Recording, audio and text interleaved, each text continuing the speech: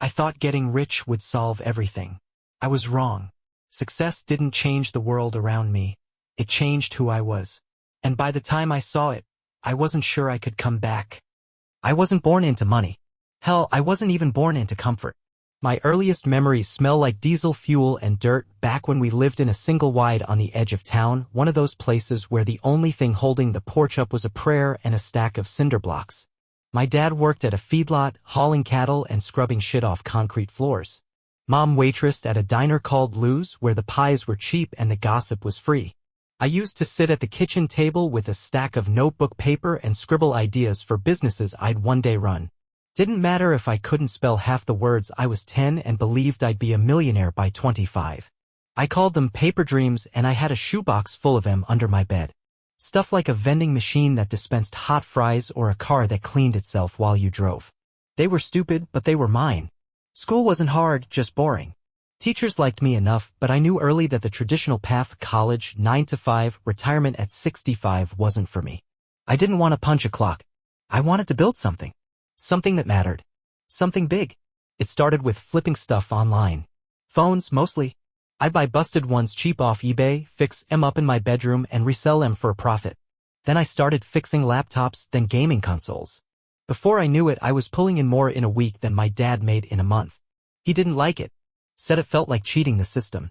I told him maybe the system deserved it. But that's the thing, success looks a lot like disobedience when you're still small. By the time I was 20, I'd moved out and had a decent little operation going. I'd hired 2 guys from high school to help me with repairs and shipping. We ran the business out of a dusty strip mall on the west end of town. It wasn't much, just a glass door with TechCore solutions slapped on it in peeling vinyl, but it was a start. That's when she walked in. Kara. Blonde. Sharp. Smarter than me in a way that made me nervous. She was applying for an admin position I hadn't even posted. Said she'd seen me in some business blog and figured I could use someone who could make sense of chaos. I laughed, handed her a stack of invoices, and said, organize these and we'll talk. She had them alphabetized, cross-checked, and filed in under 20 minutes. I hired her on the spot. We grew fast after that. Real fast. Too fast, maybe. Kara brought order and I brought ambition. We expanded into data recovery, corporate IT services, then software development. A venture capitalist from Austin got wind of us and invited me down for a lunch I couldn't afford, but I went anyway. Wore my only suit, which didn't fit right, and sweated through the whole damn meal. But I talked fast and believed harder. He liked that. He cut us a check for $2 million in seed funding. I remember holding that check in my hands like it was radioactive. The numbers felt too big. It didn't even feel real. That was the day my life changed. But not just because of the money. That night, Kara and I sat in my shitty apartment, drinking warm beer and staring at the ceiling. I asked her, you think we're ready for this? She said, I think ready doesn't matter. I think now you just have to decide what kind of man you're going to be. I didn't know what she meant then. But I would. Soon. The first thing I bought after that investment hit my account wasn't a car or a watch or a penthouse. It was a damn espresso machine. A big, shiny Italian one cost more than my first used truck. But I told myself we were building an empire and an empire needed good coffee. Kara laughed when it got delivered to the office. Said, guess that's how rich people start their day. Truth was, I didn't feel rich. Not really. I still drove the same dented Civic. Still lived in that apartment where the AC clanked like a dying animal. But now I had pressure. Investors. Expectations. No more fixing phones in my bedroom. This was real. We hired quick engineers, developers, account managers, and HR lady named Sonia who kept calling me Mr. Bishop even when I begged her to stop. Our office tripled in size in 6 months. We launched our first software product, TechTrack, a cloud-based inventory and workflow system for small IT teams. The code wasn't perfect, but it worked. And more importantly, it sold. That's when the money started rolling in. Our first $1 million in revenue came faster than I thought it would. I should have been celebrating. But instead, I was burning out. My days were 12 hours minimum and my nights were mostly just pacing and spreadsheets. I wasn't sleeping right. I wasn't eating right. I was grinding because that's what I thought winners did. Then came the meeting. His name was Brent. Big shot exec from a Fortune 500. Slick suit, fake smile, eyes like a shark. He wanted to license TechTrack nationwide. Said he saw long-term synergy or some other buzzword garbage. He pushed a fat folder across the table full of legal language and 6-figure numbers. Sounded good. Too good. Kara didn't like it. There's a clause in here that gives them partial IP control, she pointed out. They can adjust and resell as they see fit. Yeah, I said, flipping pages. But we'd still make bank. At what cost? I paused. That question. Again. We argued in the parking lot. She accused me of chasing money over vision. I told her I wasn't building this thing just to play it safe. She said I was starting to sound like them. I told her she was jealous I was the one signing deals now. Her face, man, I still remember the way it crumpled. Not angry. Just hurt. Like she'd finally seen something in me that scared her. We didn't talk for 2 days after that. But I signed the deal. 6 weeks later, we got the check. 7 figures. My name was in a trade magazine. My inbox flooded with congratulatory emails from people who used to ignore me. I should have felt like I made it. Instead, I felt like I'd taken a shortcut through something sacred. And then the layoffs started. Brent's company pushed for integration. Consolidation, they called it. They moved operations overseas, outsourced support, killed the personalized service we were known for. My name was still on the product, but it wasn't mine anymore. I'd sold the soul of it and now it was hollow. One of the guys I'd hired early on, Tanner, 22, smart as hell, found out his whole team was being let go. Came into my office and just stood there, crushed. I thought we were different, he said. I didn't know what to say. I just nodded like a coward. That night, I drove to Kara's place. Sat in my car for 20 minutes before knocking. When she opened the door, she didn't smile. I think I messed up, I told her. She didn't say, I told you so. She just handed me a whiskey and sat with me in silence. That was the night I realized something. Getting rich wasn't the hard part. Staying yourself while doing it, that's where the real cost lives. After the Brent deal, everything changed, and not just in the spreadsheets. The air in the office felt different. Colder. People stopped joking around. Everyone started watching their backs, measuring their words. The place that used to feel like a startup family now felt like a conference room that never ended. And me? I became someone I didn't quite recognize. I started saying things like synergy and runway without cringing. I hired a PR team to shape my brand. Started doing interviews, panels, podcasts. Talking like I had all the answers when really I was holding it together with duct tape and panic. Every success felt like a lie I had to keep justifying. But the money was good. It was stupid good. I moved into a sleek glass condo downtown. Top floor. 2 balconies. You could see the whole city lit up like a circuit board at night. Bought a car with doors that opened up instead of out. Started eating at places where you didn't recognize half the menu but pretended to anyway. Thing is, nobody tells you how lonely wealth can be. The more I made, the fewer people I trusted. And the fewer people I trusted, the more I leaned on people I shouldn't have.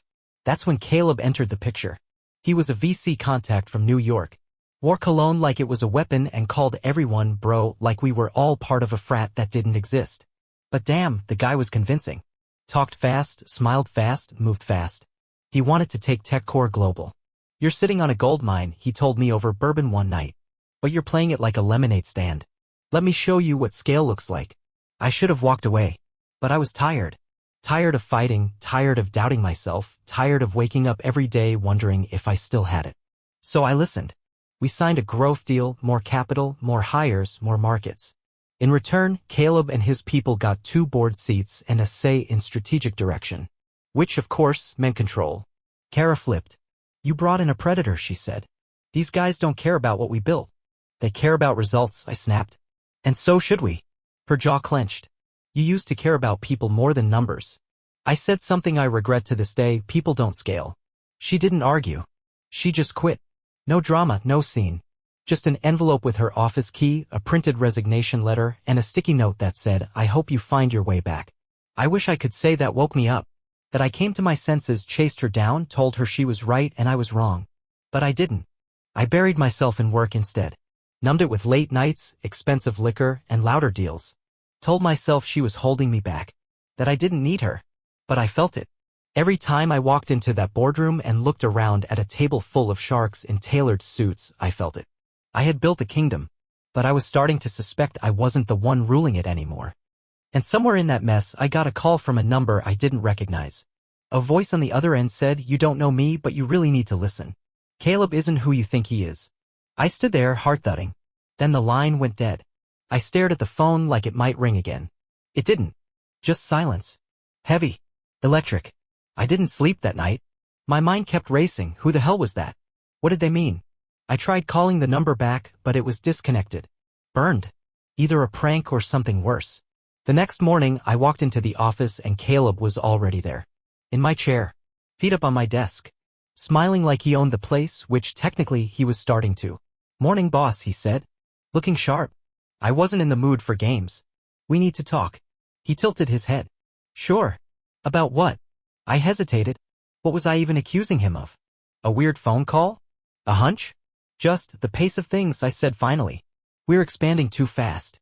He stood, walked over, clapped a hand on my shoulder. "Look, I get it. Change is hard. But this is how real companies grow. You brought me in for this. Trust the process."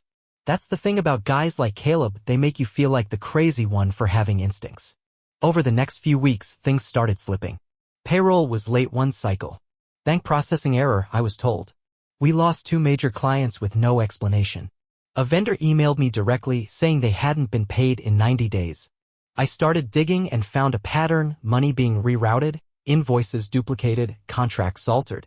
Small things, but together they spelled one thing. Fraud. And it was coming from inside the building. I confronted our CFO, Caleb's guy.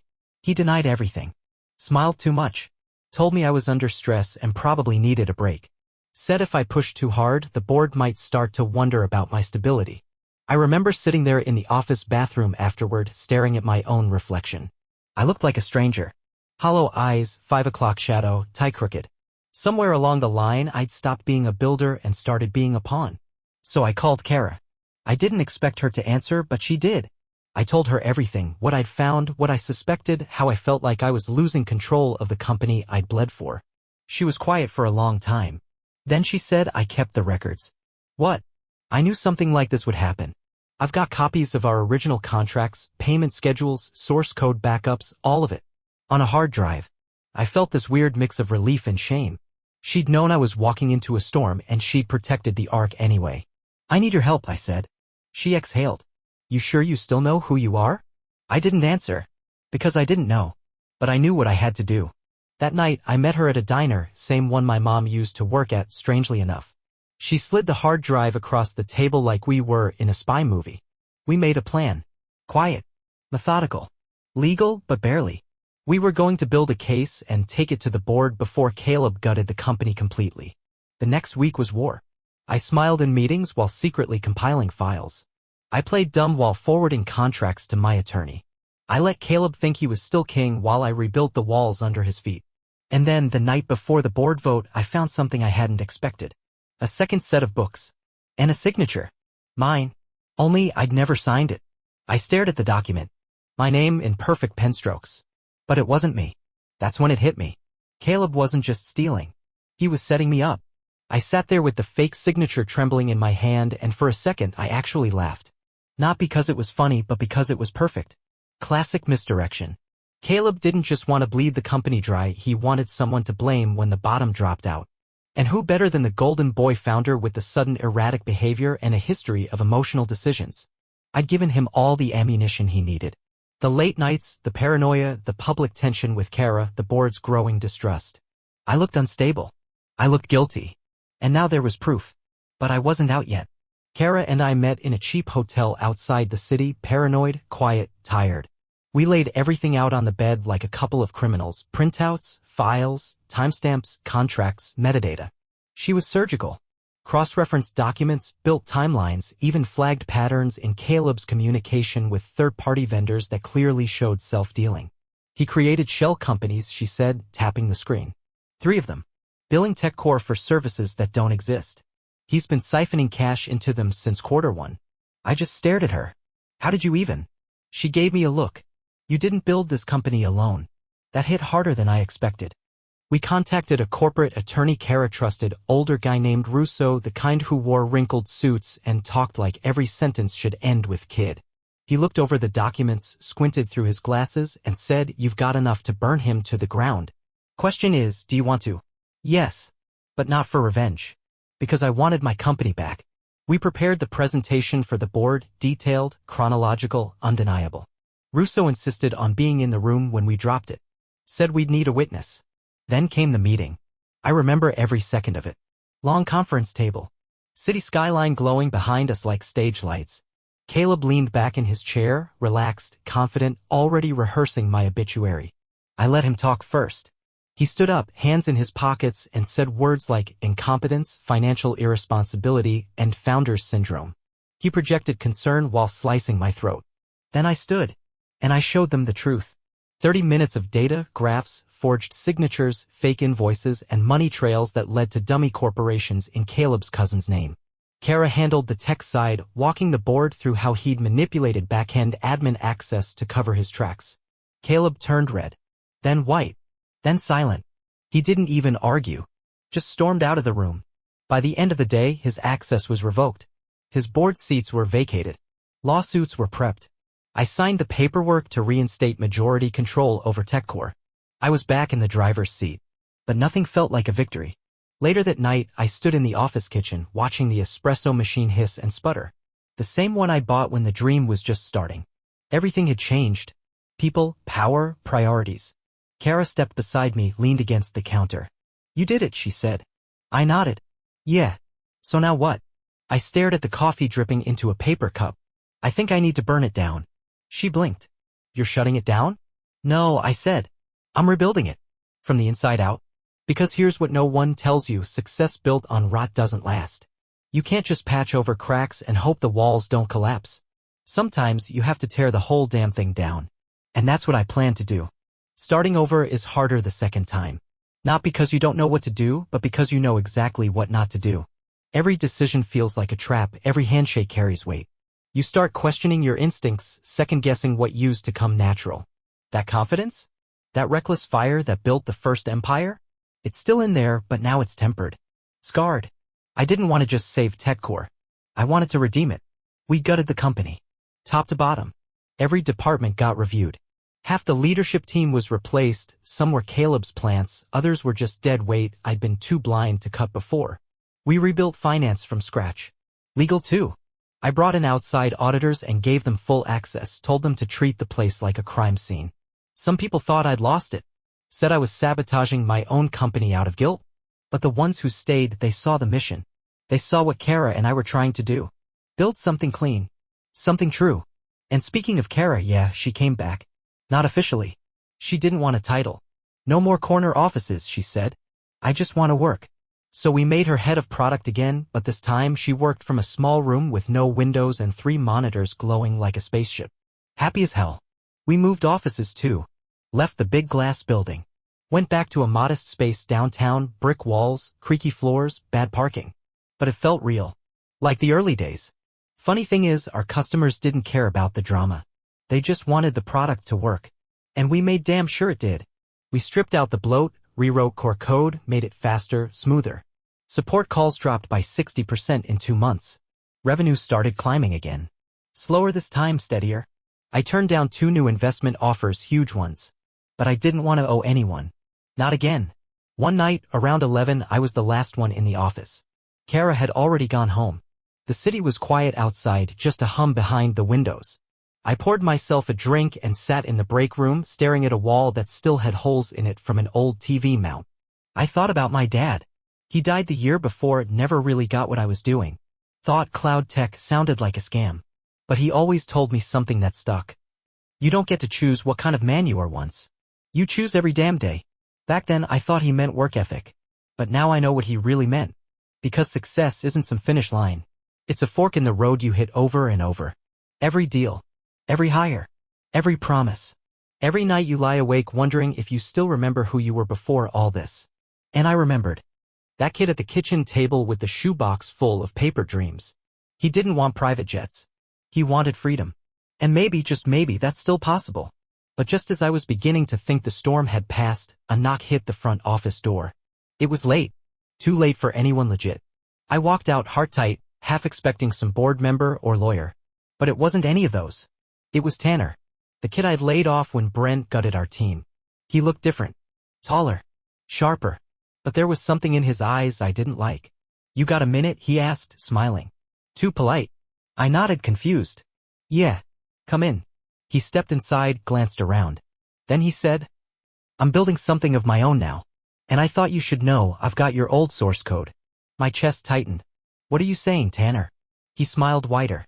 I'm saying maybe it's your turn to feel what it's like to be used. I stared at Tanner, and for a few seconds I couldn't even speak. I just stood there, one hand gripping the back of a chair, wondering how the hell we'd gotten here. He was supposed to be one of the good ones. You have my source code? I asked, calm as I could. Tanner nodded. From back before Brent's restructuring. When I was still running the dev pipeline. You remember, long nights, broken coffee machine, no air conditioning? I remembered. Thought you deleted your access when you left, I said. He shrugged. So did you. There was a silence between us. Thick. Ugly. What do you want, Tanner? I want you to know how it feels, he said. To watch someone take what you built. Twist it. Profit from it. And leave you behind. He stepped closer, lowered his voice. I've been working on something based on the original framework. Faster. Smarter. More open source friendly. Investors love it. We're launching in 6 weeks. And you're telling me this why? I asked. To give you a chance, he said. You can get ahead of it. Sell now. Fade out. Let me carry the torch.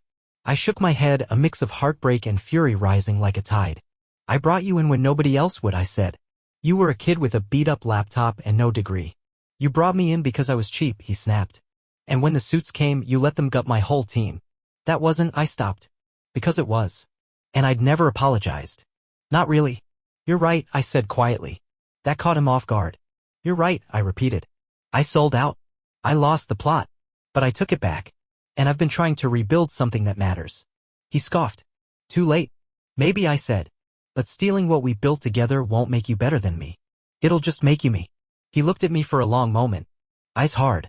Jaw tight. Then he walked out. Didn't say another word. I stood there alone in the office, the hum of servers in the background, and realized something. This wasn't just about code. It never had been.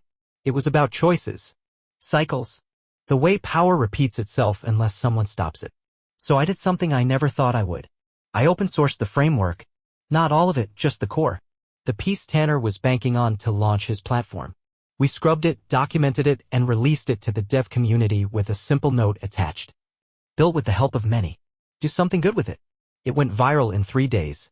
Suddenly, Tanner's exclusive wasn't so exclusive. His investors backed out. His launch flopped. I got a single message from him 2 weeks later. You win. But that's not how it felt. It felt like we won. The builders. The ones who stayed honest in a game designed for cheaters. The ones who remember that success isn't just what you take, it's what you leave behind. Months passed. Kara and I started doing speaking gigs together, talking about ethical startups, how to scale without losing your soul. People listened. Young founders came up to us afterward, wide-eyed, eager, asking how we survived. I always told them the truth. You don't win by being perfect. You win by not giving up when you've been dirty, lost, or blind. You win when you choose who you want to be and stick to it even when it hurts. TechCore didn't become a unicorn, but it became something better. Real. Respected. Ours. And me? I still keep a shoebox of old paper business ideas under my desk. Because somewhere in there, between the bad drawings and worse spelling, is a reminder. It was never about money. It was about building a life you don't have to run from.